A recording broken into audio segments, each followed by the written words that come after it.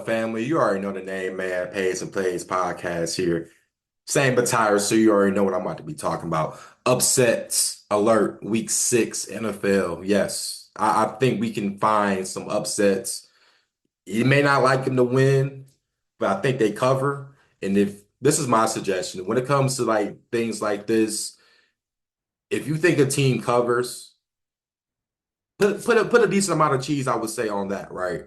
But then I would say sprinkle a little bit on the money line. So, push comes to shove, both bets, the team wins and cover, you get a double payout.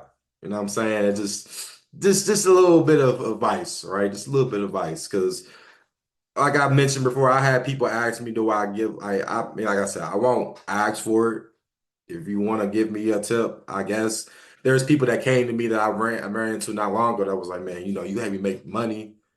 You really been helping me make money outside of my regular job, and that's cool, man. That's all I'm trying to do, bro. I'm trying to educate y'all a little bit. I mean, you can fade me sometimes, right? Like last week was a bad week, but I mean, you're not gonna get a lot of bad weeks out of me like that. That's just how I know I am, because I'm not gonna be over emotional that I lost one bad week. It happens. Welcome to the NFL. Welcome to the betting world. That's just how that goes. But let's go right into it. Thursday night football, I already talked about it, but Seahawks plus 3.5. This game is going to be tough. It's at Seattle. The 49ers usually, when the Seahawks are tough, they usually do struggle against this team. No McCaffrey. I think this whole offense misses McCaffrey because he is the bread and butter to that team. You know, that zone read blocking scheme, it's perfect for him, but I don't even think he's going to be for the season. So that Madden curse thing already kicked into effect. Don't get it wrong, though. I like the other running back, Mason. I like him, but he's not no Christian McCaffrey. Now, those two together, now we're talking differently. I'm wondering what is Brock Purdy going to be doing? Because I think they are a run first team, but now you're kind of relying on Purdy to do a little bit more than he usually does. And shout out to my guy JT Sports. I know he looked at me crazy when I said I thought Purdy was a little bit overrated. That last drive kind of showed me why I thought he was overrated. So we'll see against Seattle, who, I mean, they lost the game they shouldn't lose to anyway. So we'll see how this goes. But 3.5, I'm definitely leaning towards that way. If it gets juiced up to make it a +4 with Seattle, I'm definitely going to be taking Seattle +4. Spring a little bit on the money line, of course. So next one I'm talking about, Jaguars. Yeah, Jaguars +1.5. I mean, I think the wrong team is favorite. Is not favorite. I mean, listen, I know the Bears they're better than they have been, but Caleb Williams has not faced a Trayvon Walker, Josh Allen, or whatever the fuck he wants to call himself. They have not faced that type of duo. This Bears O line has not been good. You can go to week 1 when they had when the Titans had Simmons and Landry coming down that backfield. I mean, it was hard for them. Now you got two guys who are studs. Trayvon Walker's looking like the hype for the first overall pick. I wouldn't have picked him that first overall pick that drive. It would have been Hutch or Kayvon Thibodeau, but he started to play like it. And Josh Allen Hines, he's I called him out. They showed up. I think they show up for this game again. Washington +6.5. I've said how this number's getting juiced to the Raven side. If this number goes up to +7, we might have to make a decision to take Washington on the spread.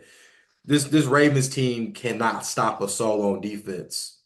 We know they can drop 30 on you, but also we can drop 30 on them. That's just how I look at it.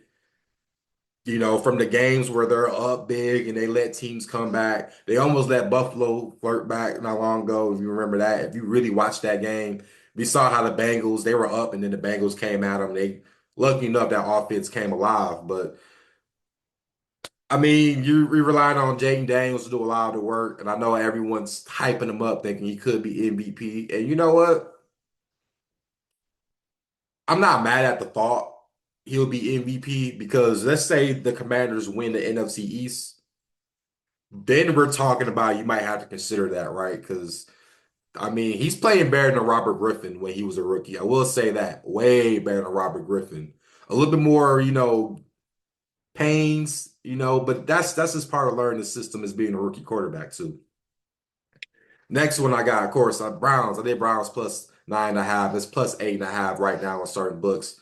I just think it's too many points for this Philly team that's coaching is questionable. You know, injuries.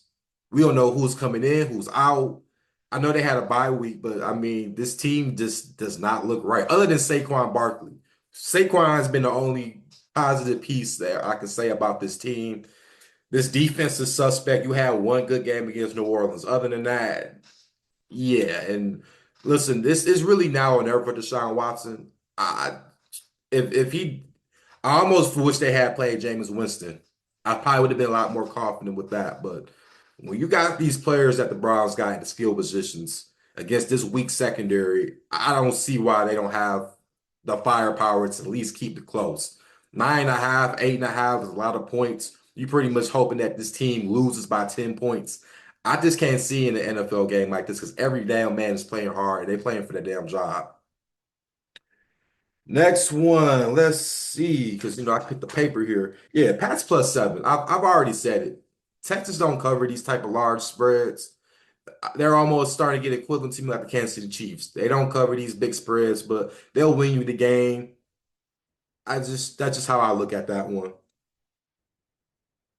Let's see. Panthers, yes, Panthers plus 6.5. Just Atlanta weakness.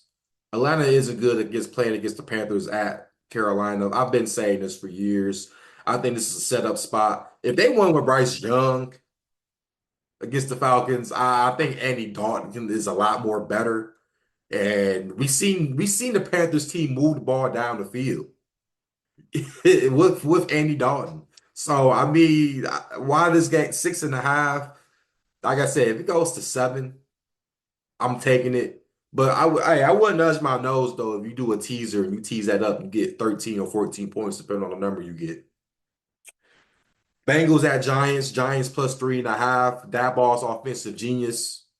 Offensive genius. I've been vouching for that ball. If you gave me all the list of the head coaches right now, who would I pick to be a head coach? It'll definitely be Brian Daboll because Daboll can. It don't matter who's that quarterback. It don't matter who the hell he has on the team. He can find ways to make this offense rejuvenate and move the ball down the field. This Cincinnati defense has not been good. There's a reason why they were up 10 at one point twice. You blew a 10-point lead multiple times.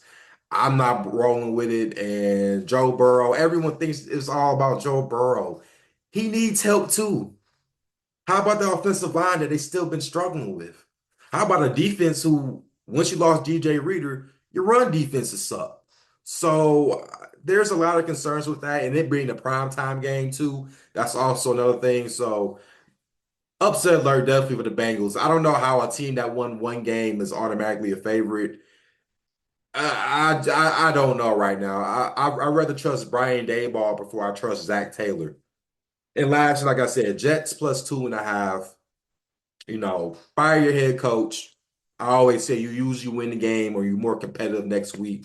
There's no excuse to why Aaron Rodgers and them shouldn't have won against the Vikings. Yes, it was a lot of mistakes for the Jets side on offense, but that Jets defense is still top tier elite, which is why their defensive coordinator is their interim head coach. Right decision, because that guy, that defense is still amazing to me. They fought, they did their part. It was the offense that messed up. But I feel like this is a week where you have to bounce back. The Bills have nobody on defense. You have the better overall talent, Jets. The overall talent is y'all. Y'all win this game right here, you're number one. Don't blow it. Like, subscribe, pass the run around. You already know. Let's get this bread.